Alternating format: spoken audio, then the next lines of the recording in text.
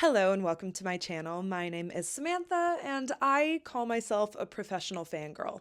That's where I think we are now. If you don't know this about me, I am a really big musical theater fan. I grew up a theater kid and nothing has changed really. If anything, I think it's only gotten worse. I've been affirmed in my theater kidness by fans like you and the world and opportunities that I've had. So, yeah, here we are. Nothing's gonna change.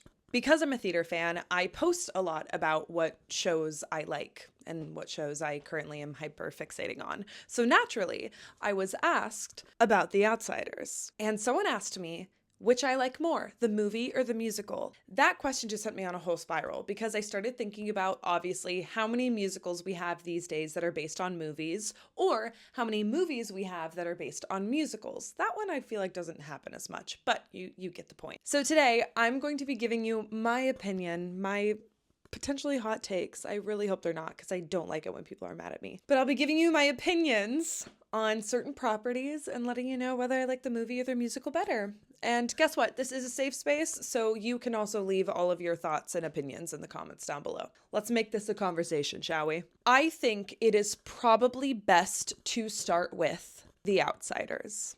Mainly because I just rewatched this movie again. People ask me, should I watch The Outsiders movie before seeing the musical? Because we are getting to that place when, honestly, I didn't have to read The Outsiders in school. I know a lot of people did, but there are still people out there who are approaching the musical, like me, without reading the book or watching the movie.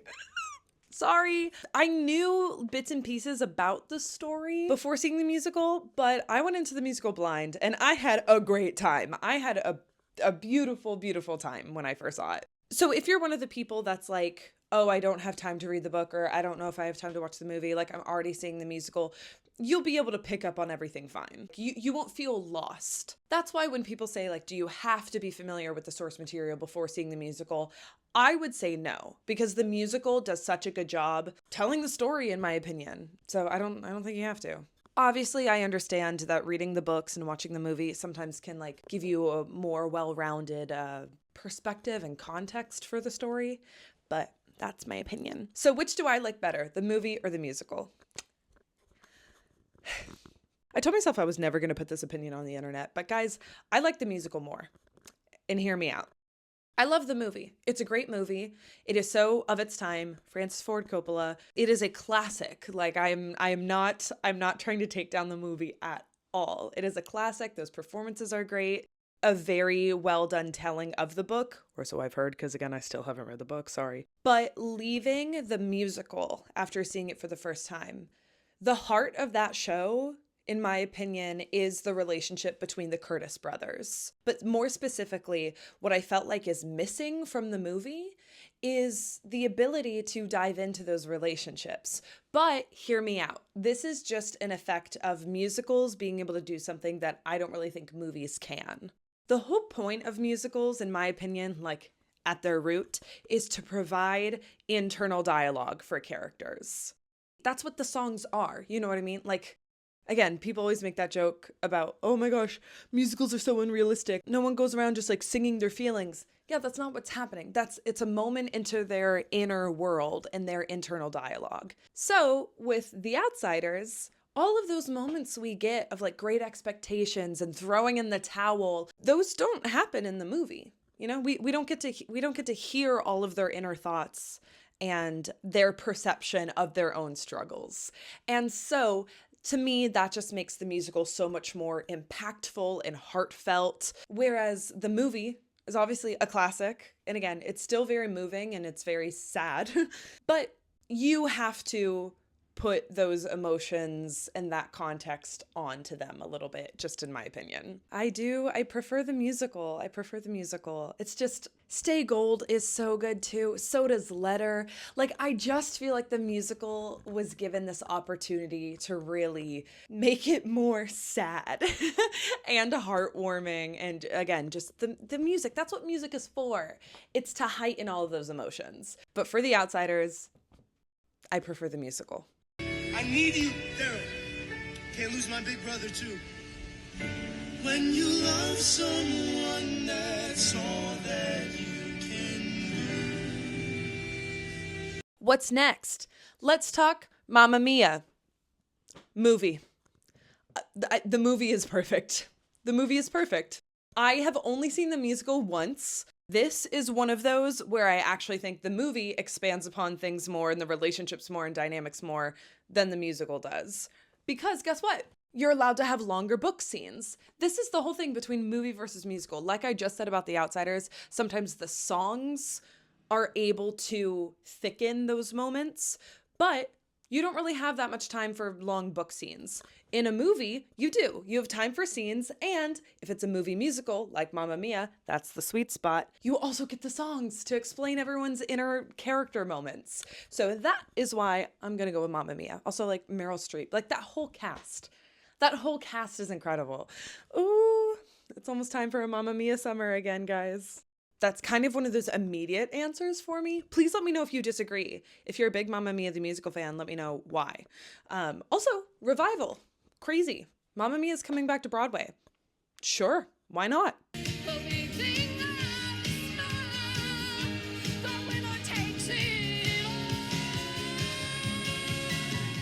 Now listen. Obviously, I want to include Wicked in this conversation, but that doesn't feel right, and I'll tell you why. We only have part one. There are 2 acts, baby. I'm not gonna, I can't compare the musical to just part 1 of the movie. Obviously, the great thing about the movie and what I love about the movie is that John Chu has really built out the world of Wicked because everything actually happens really fast in the musical. Again, this is the thing that movies can do. When done well, they can build worlds. And I love the world of Wicked that has been built. I will see how I feel when we get Act 2, which I'm so excited about. I'm so excited about. Ariana's Thank Goodness. Cynthia's No Good Deed. I'm foaming at the mouth. Please happen already. Please, please, please. So we're going to put a pin in Wicked. Or I guess I'd say like right now, the musical is still everything to me. That was also my gateway into musical theater. So I will always hold a big soft spot for Wicked. So yeah, we're going to say the musical for now. With this perfect finale, the cheers in the valley, who wouldn't be happier? So I couldn't be happier. Moulin Rouge. Let's talk about it. If you didn't know, Moulin Rouge the musical is based off of a movie.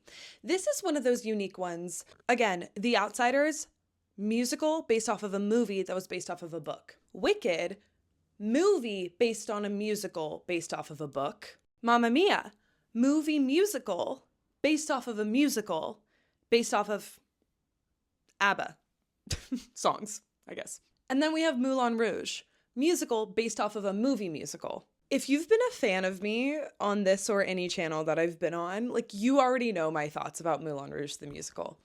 I love the movie so much. The movie blew me away when I think I probably first watched that when I was 13.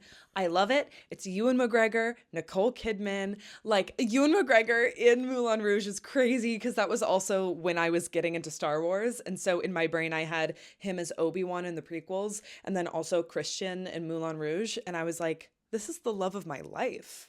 So my answer already is the movie musical. The musical is very fun. I saw it twice when it was on tour. I went to see it once just because I was like so excited and I was like, let's see. When it came to LA, I was like, let's see it. Let's see it. The set is gorgeous. There is so much of it that I love and that is so fun. My biggest qualm is the new music that they added. I think they just picked the wrong songs. In my opinion, Moulin Rouge the musical could have been the easiest drag and drop.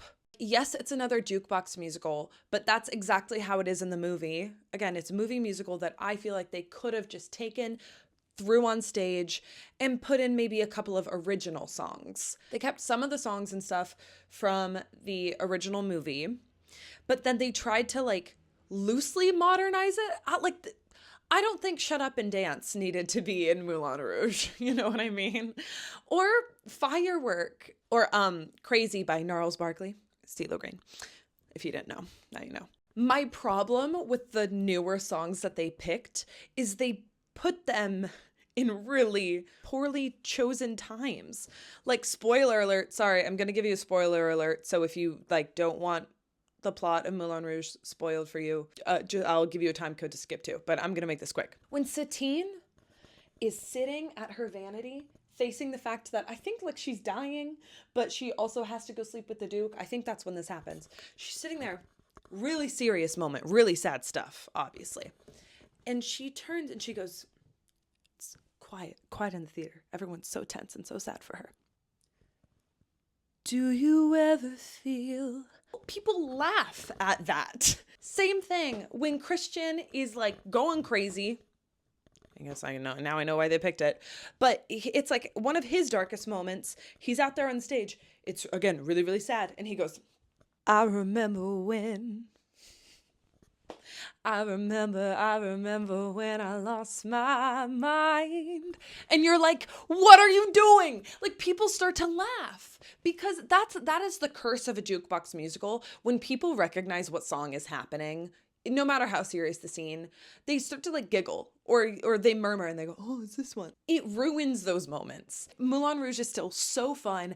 I will be seeing it this summer. Like, it is still such a fun show and the set is gorgeous. Like, that is truly one of the most gorgeous sets I've ever seen. There's still so much I love about it. Roxanne, are you kidding me? The can number, Come What May. Like, I love this show so much. It's one of those where I actually love the source material so much that I'm just disappointed in how it turned out. I feel like if I had no opinion on the movie, I'd probably be like, well, that's fun. Great. Those are my thoughts and opinions on Moulin Rouge. Again, I feel like I'm beating a dead horse a little bit. If you're a fan of the musical and if you haven't watched the movie yet, please, please, please watch the movie. Or just watch the movie in general. It's a fun time. It's a kooky time, but it's a fun time. Until my time.